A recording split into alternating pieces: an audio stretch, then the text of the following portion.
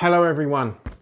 I don't really know how to start this video without swearing, so buggery bumboos is just the one that comes to mind that's not too offensive. This is going to be a long video, so grab some biscuits, a cup of tea. If you do what I normally do and watch YouTube videos when I'm in bed trying to sleep, hopefully this won't send you to sleep, but I hope you enjoy it. So I'm going to go over this model, why I've got it, why it's so special to me, and then we're going to do a fairly detailed unboxing. And it's going to be a long build video series, so it's fantastic. Why have I got this? Well, I've wanted this truck since it came out, always lusted after it. AntRC YouTube video history is full of it, and it's an expensive truck, right? Especially the, where is it? Don't know where the sticker is, the flagship version. This is the top spec. But a couple of weeks ago, I was driving home on the A1 and I saw a very, very nasty motorcycle accident, 5-car pile-up in a motorcycle accident. I'm a motorcyclist, have been since I was 3.5. Andrew and I are best mates. I texted him when I come home and said, you know, this is getting like scary. This is what I've just seen. He's a biker as well. That's how we met. And I've had wobbles about riding a bike since my little girl was born, and I keep seeing accidents and things. And I said to him, I just think about sometimes selling my bike and buying a Mammoth, but I can't be without a bike. So being a best friend, we've grown quite close recently, and he turned around and said to me, well, I tell you what, my old bike, Kawasaki ZX7R, which he had when I met him and is very special to him. He said, if you sell your bike, I'll do you a deal. You go and buy a Mammoth with some of the proceeds and I'll give you the ZX7R. Now, what a mate that is. Absolutely unbelievable. I think he's regretting it now, and I think he might be going back on it, but you know, I'll beat him up if he does. But that's serious, and I didn't think it would really happen.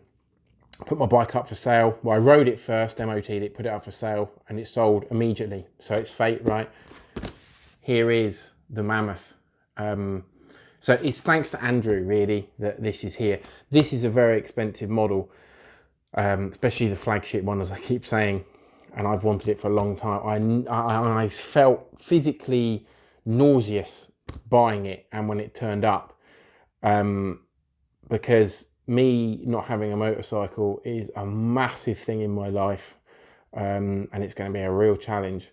So Andrew's isn't running, we need to fix it up, so it won't be running for a long time. So it's a big kind of nervous shake moment for me. So that's how much this model means to me. It's got a lot of sentimental value, and it replaces something very, very special in my life. But at the moment I feel good about it and I feel happy, so that's a big thing. To have the Mammoth on AntRC is something we never ever thought would happen when we started the channel up 3 years ago. We've got an MC6, an MC8, and now this, as well as various other models, but for me this just says it all. Now what I'm going to go through is this worth the money? I keep seeing videos, the many I've watched, that say yes it is, it's a great build, it's a fantastic truck, but I'm thinking, how can an RC truck be worth this much money? And I just, oh, you know, and I haven't told people that I know how much it is because it's quite embarrassing. I have had a quick look inside the box, and in this video we're going to go on and have a look inside the box. My thoughts so far are, yes, I think it is, because compared to the MC, the 6 and the 8, I think personally so far it looks like a whole nother level. It really, I mean, so it should, to be fair, but yeah, I mean, we'll see how it goes on the build. Lots of people have said it's just incredible. It's a really good build, and it's a really good running truck as well. And I mean, it's heavy, right? It is seriously weighty, this thing. I think the claimed weight on green models is 11 kilos. Which is just nuts, and having put them, you know, the MC6 and this side by side, bits of it anyway, which we'll do in this video. So this is another thing, I haven't seen a video of this next to like a comparison video so far next to the MC6, and I will hook up with Andrew as well and we'll do a video of it next to the MC8, you know, tyres, chassis, that kind of thing. So that will be really interesting. The build video, I'm not going to do a step-by-step build because I don't like camera watching me, my mistakes, that kind of thing. But I will do it in sections, like I've done my MC6 rebuild video. So there will be bits and pieces here and there showing progress and what I think and how bits have gone together. I'm so excited, I really am, and I really hope I don't live to regret it. Since we started this and got the MC6 and the MC8, Andrew has constantly gone on about the MC8 being the beast, the better truck. And there have been times, especially recently, there was a breakage of the MC6 and we had to load it on the back of the MC8, and geez, have I not heard the end of it. So this is not because of that, but I am going to enjoy living it up and lording it up a little bit, I have to say, as you know, Andrew and I are very competitive with each other. Having said that, big thank you to him, because without him I probably wouldn't have it, because although he's got his bike still, I know deep down there's a connection there, there's a bike there for me, and that's really, really helped. And this sounds stupid, but anyone that's ridden bikes for a long time will kind of know what I mean. Very difficult decision. So that's how much this truck means to me. It wasn't bought you know, because I'm loaded, far from it. It was bought because I've sacrificed a lot to get it, which is how much this hobby means to me and the channel, and that you guys enjoy it as well, because we love making the videos and going out doing runs and stuff.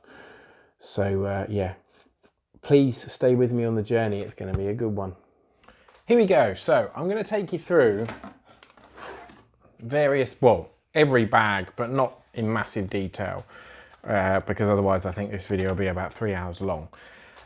First of all, why have we got the MC6 sitting here? Well, that's because I'm going to do lots of comparison videos between the two, so you can get a kind of interesting idea, or some form of idea about the size. So, I mean, the cab itself, let me just move the camera back a tad.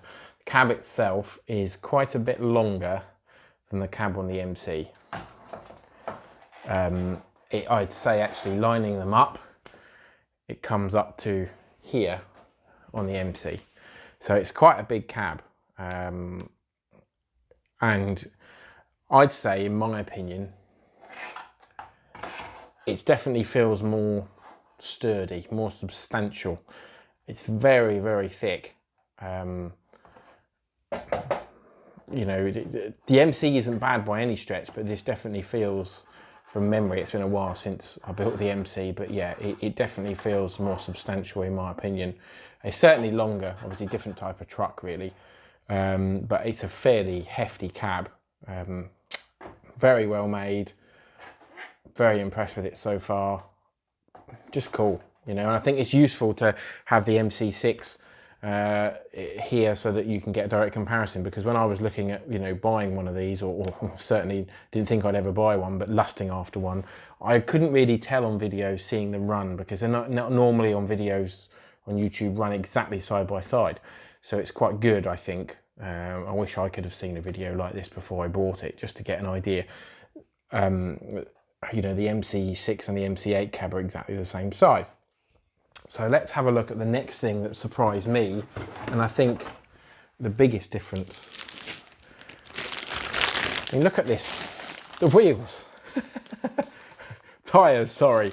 I mean, they are massive, and I mean massive. They are, as far as I'm aware, they're 2.2s, and they're big beasts. They really are. And with that, you've obviously got the 8 wheels, beadlock. That is heavy. Now, I'm not going to do this on camera, but I have weighed all this, and these wheels just on their own are 1.3 kilograms without the tyres. So if I put these in, just so we can have a quick look, I mean, and we'll put them next to the MC, you get a kind of impression how much bigger they are. Yeah, there is a fairly substantial difference there. So that's at the front, the standard Cross MC wheels. They're the same size on the 6 and the 8.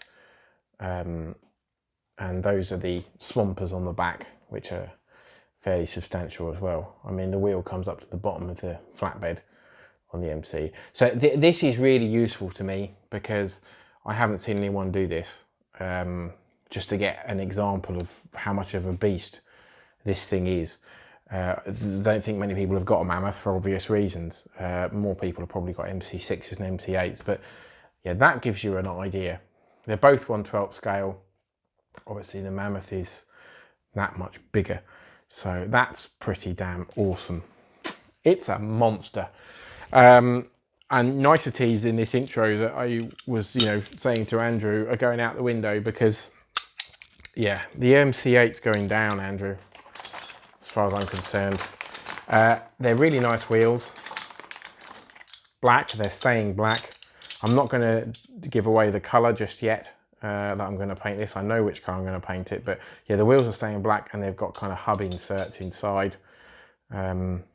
Yes, this is one of the first jobs, is putting the wheels together, so I'll do a video about that when they're done. I think the suspension actually is the first job, but I will probably do the wheels first because I like doing wheels. Okay, so what have we got in here? I think the next, excuse me as I lean over, the next thing is the chassis rails. Now this, I've weighed the chassis rails and they weigh 899 kilograms. Look at this, I mean, they're just beefy. Now this is what I was saying in the intro really, and my thought about this is that they just stand up. They just feel just monstrous. It just feels really well made. I mean, there's nothing badly made about the MC at all. Was really impressed with it, and Andrew and I were both really scared when we spent money on the MC6 and the MC8 that, were they going to perform, and they've been absolute monsters and really well made. So this is just incredible. It just feels so substantial and just epic. So this is where I think where the money comes from, is the engineering in this thing. It's just, I think it's very good, to be fair. I mean, I haven't obviously built it. I haven't got that far with it, but from what I've seen so far, it's pretty good. So it seems to me that with the flagship version, you also get all the stuff that you would get in the standard version. So the plastic axle housings here.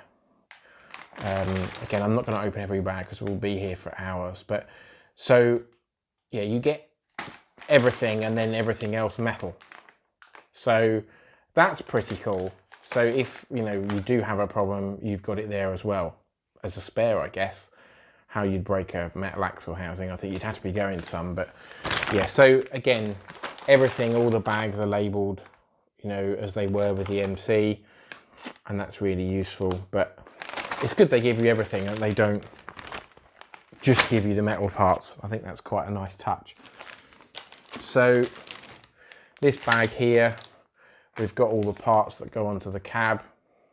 So the parts that flip up, so like the engine bay, and then the part that goes over the top of the hatch on the top of the cab.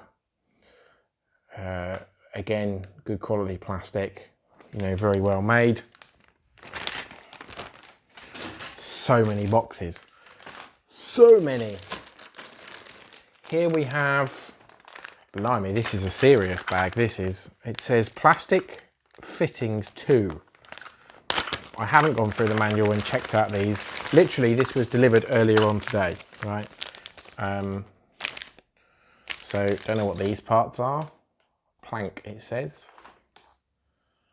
to be glued together. Wipers and just various bits and pieces. We have here some of the interior, so the steering wheel. Then we have, that's cool, jerry cans. I didn't know that you got those with them. Jerry cans to go on the side, fire extinguisher as well. Lots of bags. In here, the wheel hubs. So I mentioned that there's inserts in the hubs in the wheels. Not sure what these parts are. I mean, there's so much stuff. So much stuff. So the wheel hubs I'm going to paint the same colour as the body. And the actual wheels are going to stay black, because I think that would be quite cool. Again, you're going to have to follow this build if you want to see what colour things are going to be. Because I'm not going to give it away too early, right? Because otherwise you wouldn't watch the rest of it. I know you're all that keen. Again, more plastic. So these are the plastic steering hubs, arms, parts of the suspension as well, suspension arms. Again, replicating everything that you get. So metal and plastic. More parts for the cab, I assume parts for the roof, or maybe the interior. Again, I don't want to get it all out of the bag because, you know, you'll see it. I'm not going to do, as I said earlier, I'm not going to do a build video from start to finish, but I will do an update video, so each section you'll get to see something. So let's get some of the metal juicy bits out so we can have a look. So this, it takes you an age just to undo everything. So here we go.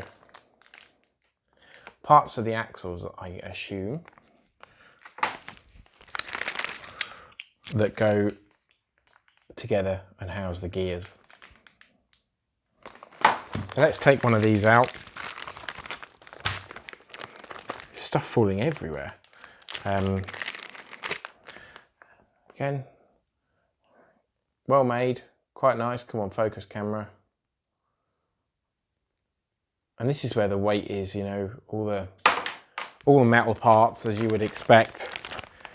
It's put this on here. So these in here we have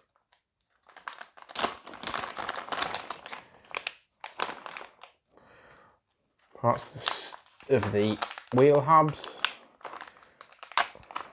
Again, all metal. Just everything seems just really well made. I mean, this it should be, right? But I think people worrying about the price of the kit. Whoops, knocking the camera. Yeah, it's a lot of money, right? Definitely, but you know, you're getting a lot of engineering. I think Cross are like an aquatics company, I think they do this as like for fun, you know, and just like I could be totally wrong in that, but that's what I've been told. And they invest a lot of money and time, and that's where the money of the kits go. I mean, to machine and build all this and get everything scale is going to cost a lot of money, a lot of resource. So these are the arms, like suspension arms, if you like. Everything is just, yeah, everything's lovely. It's just feels good quality. It feels really nice. There's a whole pack of those in here. Everything's nicely packaged and labelled. See, I'm not gonna, if I sat there and got everything back in its bag, it's just gonna take forever. There is the full sound kit as well. Now I used this sound kit I bought one and used it in the MC6, and I didn't really like it. And I replaced it. It wasn't loud enough in my opinion. It was all right, but it kept throwing a wobbler. But I'm going to try it in this to see how it goes, because there is in here somewhere, I have seen it somewhere. Have a look in here. There's another bag. There's more bags. Look at this. There's more bag of stuff. It can take me a month to unbox it all properly. A bigger speaker, 5-watt speaker. So hopefully that'll be better. And also, to be fair, my MC6 is quite noisy. The gear rattle and whine and everything else, it's quite noisy. So I think, as I understand it, the this from what I've heard, well, what I've seen, sorry, on YouTube, with the hundreds of videos I've watched, it's quite quiet. Now, you get cross drivers with this kit. I mean, so you should, right, for that money. I mean, I'm sitting there thinking, oh yeah, you get cross drivers. And I mean, yeah, that's great, but yeah, so you damn should, as far as I'm concerned. So you're getting something for your money. They're okay, they're kind of plastic tipped. But, you know, funnily enough, I just bought a new set of drivers. Had I known that I was going to buy this, I wouldn't have bothered, right? Because I didn't buy a really expensive set. So in there, you've got,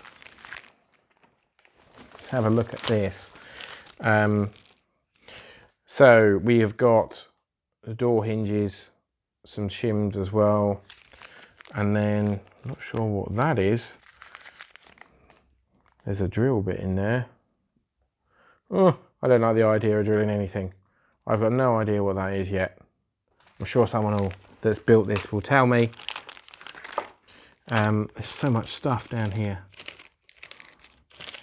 You've got lots of nuts and bolts. There are so many bags of nuts and bolts.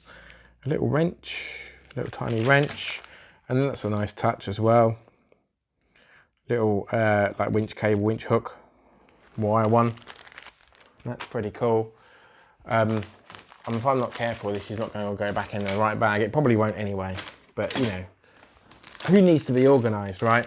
So this is something that's interesting, the motor and gearbox. Now the motor and gearbox in this, which I knew before I got it, the gearbox is exactly the same as you get in the MC6 and the MC8.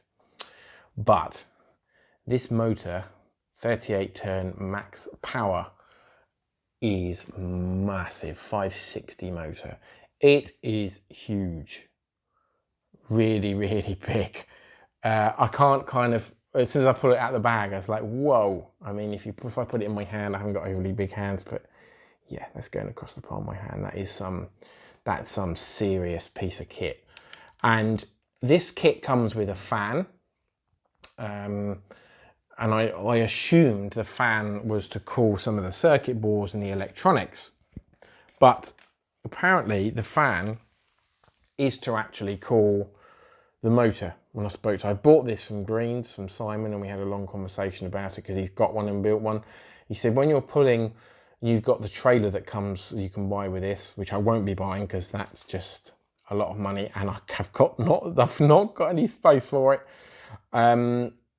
This gets really hot. I think he said it can pull about, it's supposed to be designed to pull 30 kilos behind the truck. I mean, that's ridiculous. So apparently this gets rather warm. I certainly won't be putting 30 kilos behind it unless I actually, pull probably the MC6 and the MC8 maybe. That would be quite good fun. So yeah, that gearbox is the same. I know all about that. I'm going to open it up and grease it. Last time I've looked at when the MC6 gearbox came, it was nicely greased, but just to check, because yeah, that's something that needs, you need to make sure it's going to be greased and it's okay. This bag, which I think weighed about 3 kilos on its own. I mean, look, stuff in here. Geez. Okay, so I'm going to take it out and then put that bit back in the box. So we've got in here, this is part of the kind of rocker arm, if you like, for the rear suspension. Again, all metal. Sorry for not taking it out of the bag, but what I'll do as this build goes on, I'll show you these sections and you'll see them built. The fifth wheel, Simon did say, be careful when you're putting these because these springs are lively and they will disappear across the room. So yeah, the fifth wheel, which hooks your trailer on. These bits here I will get out actually. So this is, I'm fiddling around off camera, the CVDs, the drive shafts. So when I got these out, I had a little sneaky peek earlier. I thought, ooh, they're nice, and they are. So here we go. They come out of the, come on, focus. Little cross emblem on here, but they're nice, I like them. So there's a whole ton of them.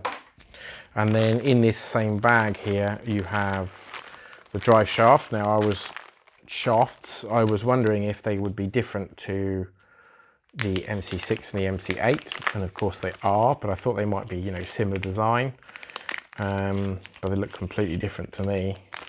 Again, very heavy duty.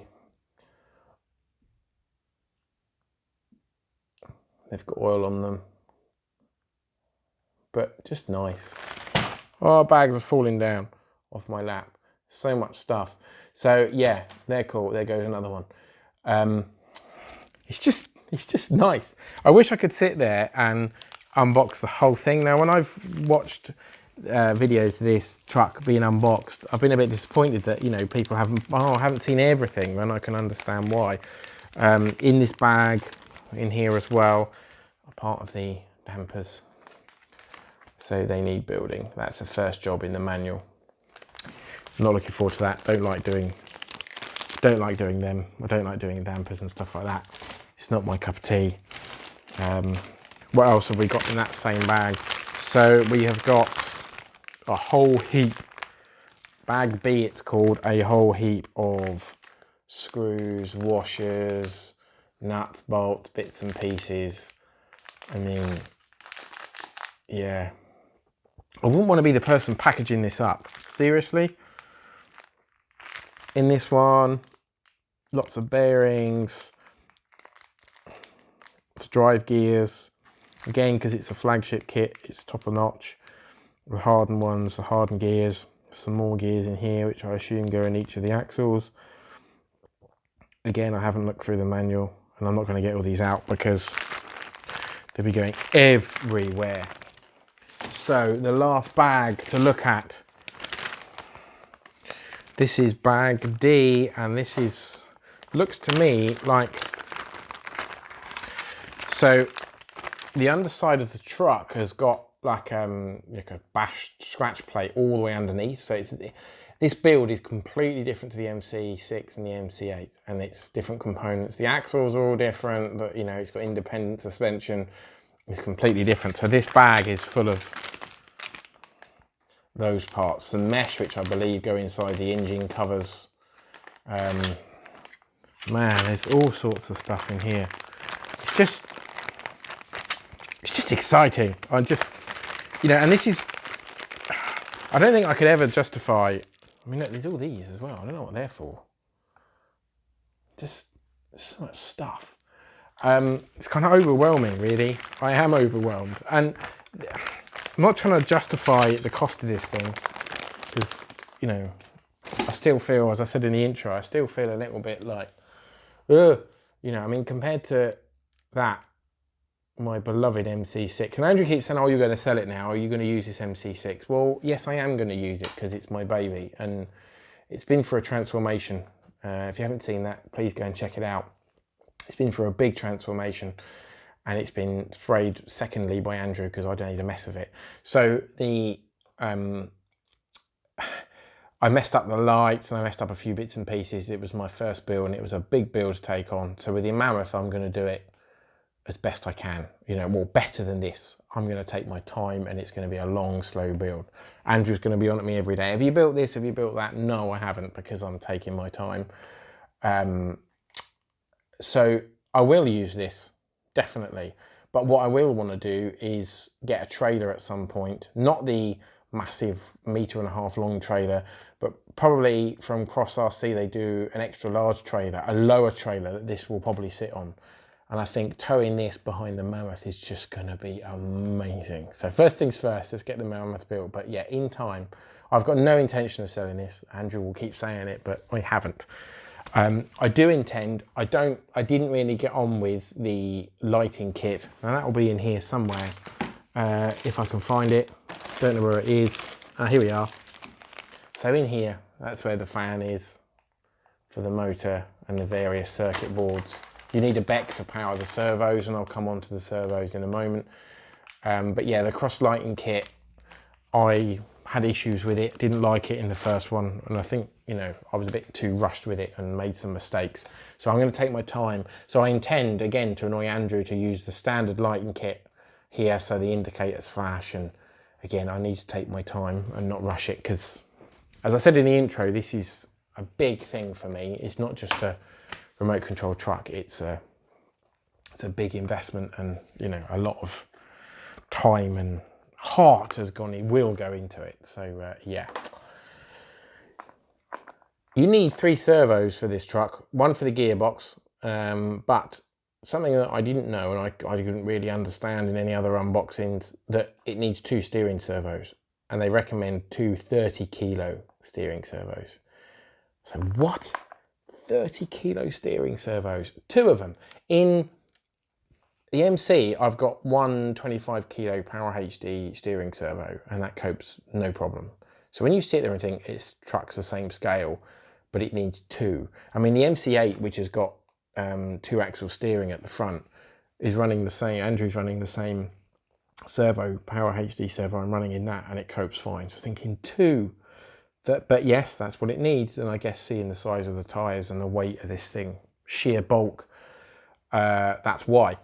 So Simon recommended these e-tronics 32 kilogram servos that I've got with them.